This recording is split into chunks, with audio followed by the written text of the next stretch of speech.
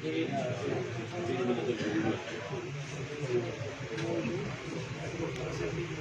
بالله من الشيطان الرجيم. بسم الله الرحمن الرحيم.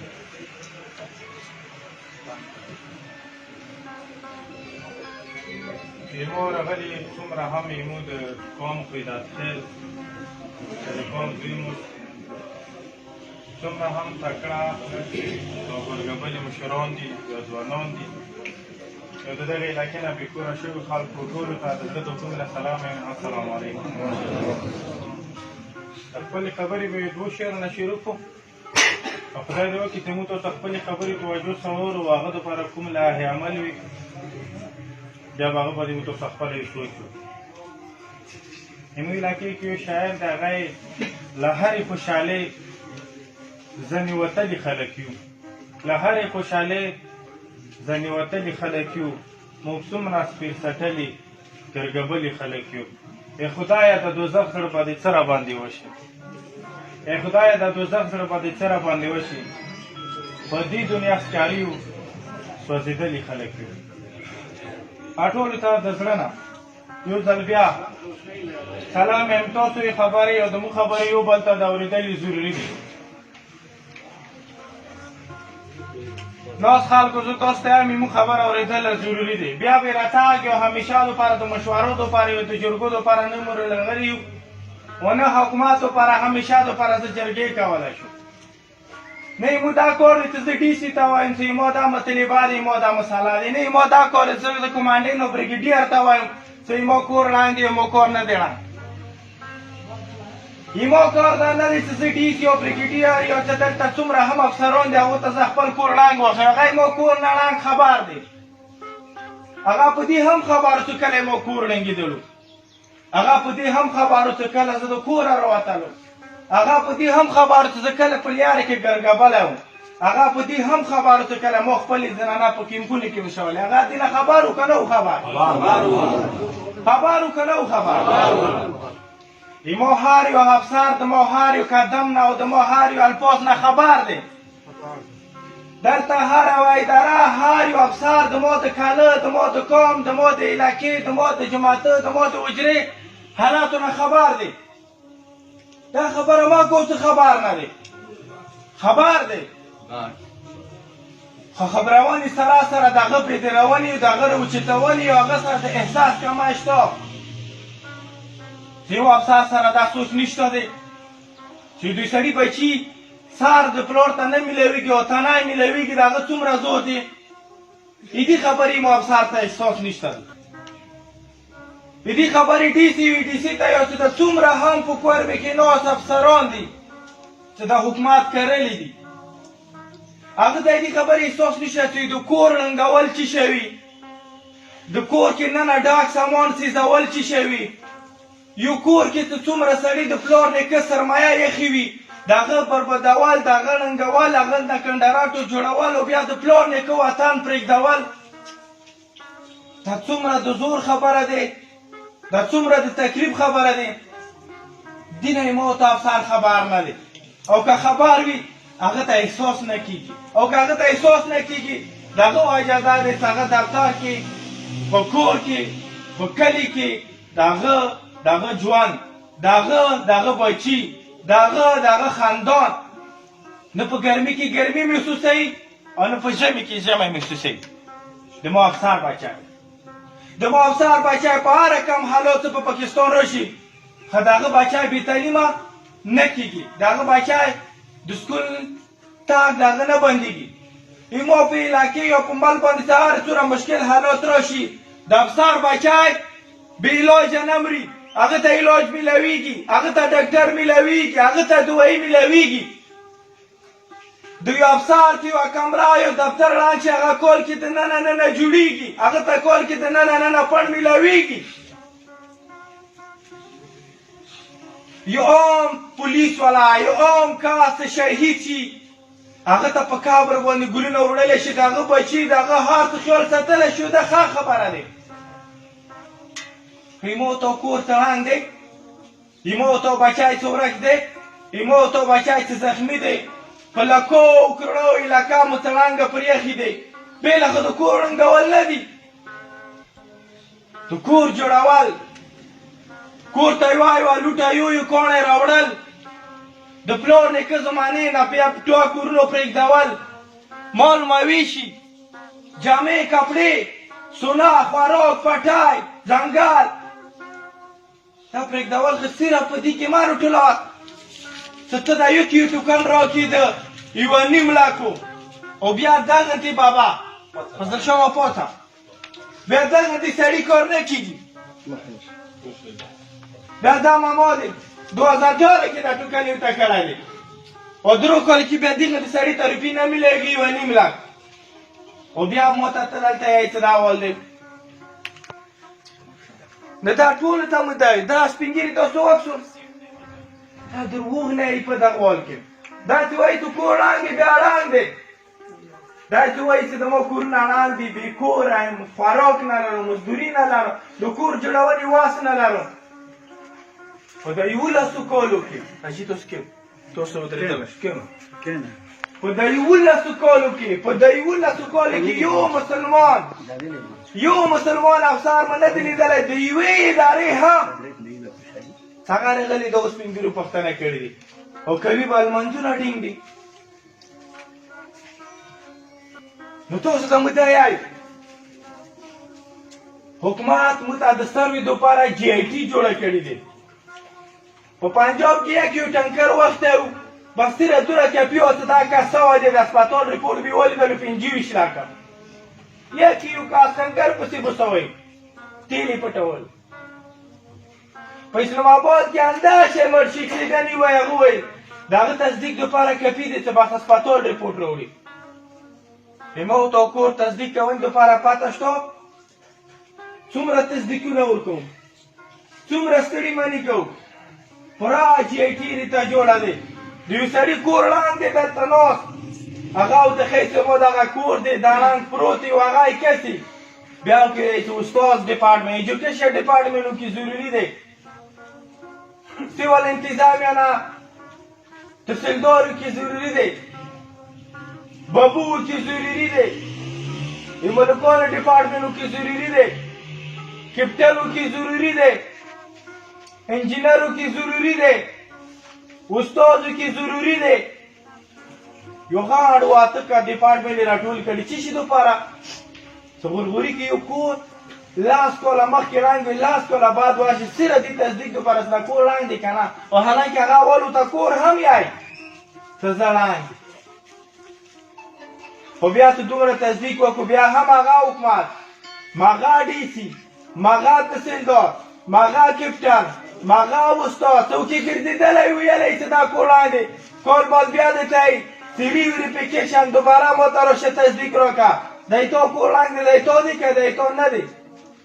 دا تو ته د یوه نیم لک پاچا شوي دی دا خو ډېره زیاته شوي دی دوباره یو کس سر نه بیا تصدیق شروع کوي ما خو در خیل کوم زه څمکني ته یای زه مسوزي ته یای زه نشیزي ته یم هغه خلک ګټه کوي چې کوم خلک حرکت کوي هغه خلک ګټه کوي چې کوم خلک جرات لري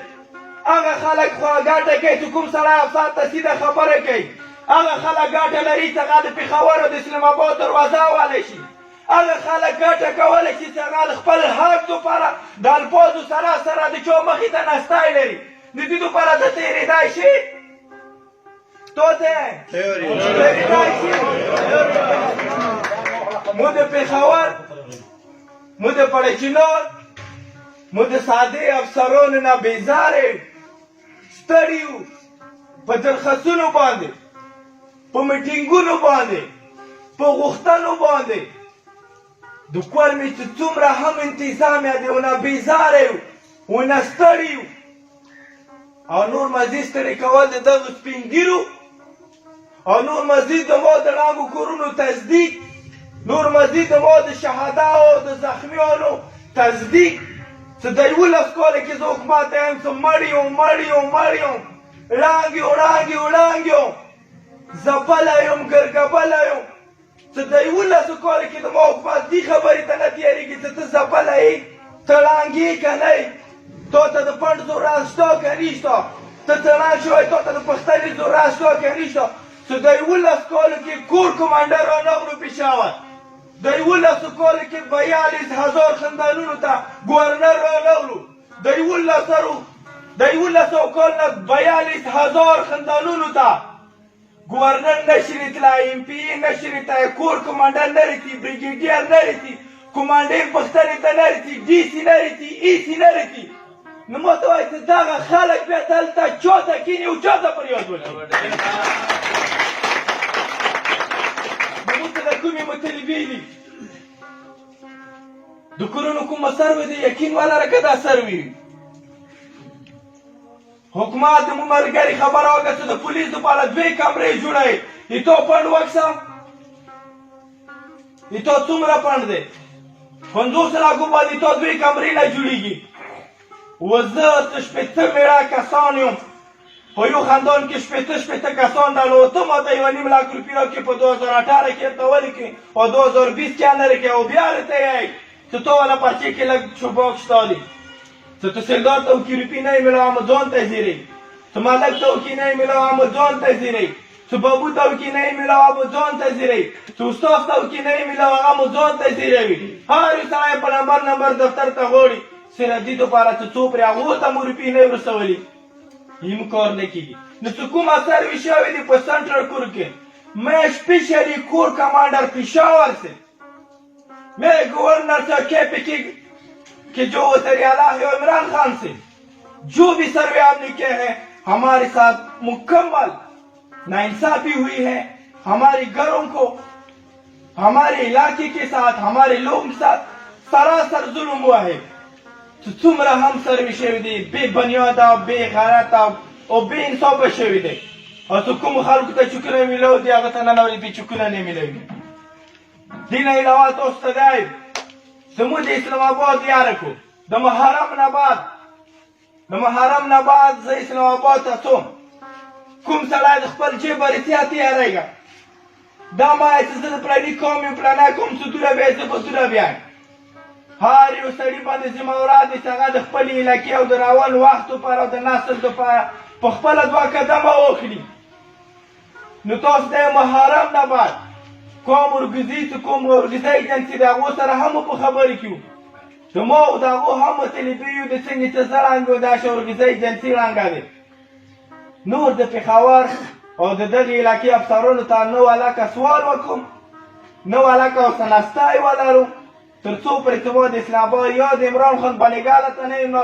چې ته بار دا خبره کوې چې بلوچستان ته ولاړې یو خاندان دې لیدلی 2002 کې ته جوړېدلی ته خو راشه دلته خندانونه وکړه هر یو خاندان دې جوړوي که نه نو د محرم نه بعد مو څونه تاسو ته دا د هغه مطالبې مو ځان څوړو و هغو مطالبو دپاره ضروري دی چې ته خپل قوم کې کمیټې جوړه کړې هغه دپاره ضروري دی چې ته په هر تپې باندې خپل کسان وټاکې لاس شال په تپې باندې یا 40 تپې باندې چې پېښور اسلام آباد ته وځم و د خپلې علاقې حالات دلته سکول نه لري خو داخله هلته بجلي نه لري روډ نه لري چات نه لري صحت نه لري افسارو کې نه لري د پښتنې والا سړی نه لري نو بیا په هغې علاقې کې ژوند چې شته کوو بس حکومت ته یې ورپرېږده او که نه ته بس ته وکړي کوه د دې لپاره ضروري دی چې د سروې خبره دوباره سر نه سروې کول چې کوم پاتې خلک وي وایي چې چاته زیاته شوې ورته کمه کړه او چې چاته کمه شوې ورته زیاته یې کړه بالکل دا صحیح دویمه خبره ټول علاقې کې نه موبایل لرو نه پي ټي سي لرو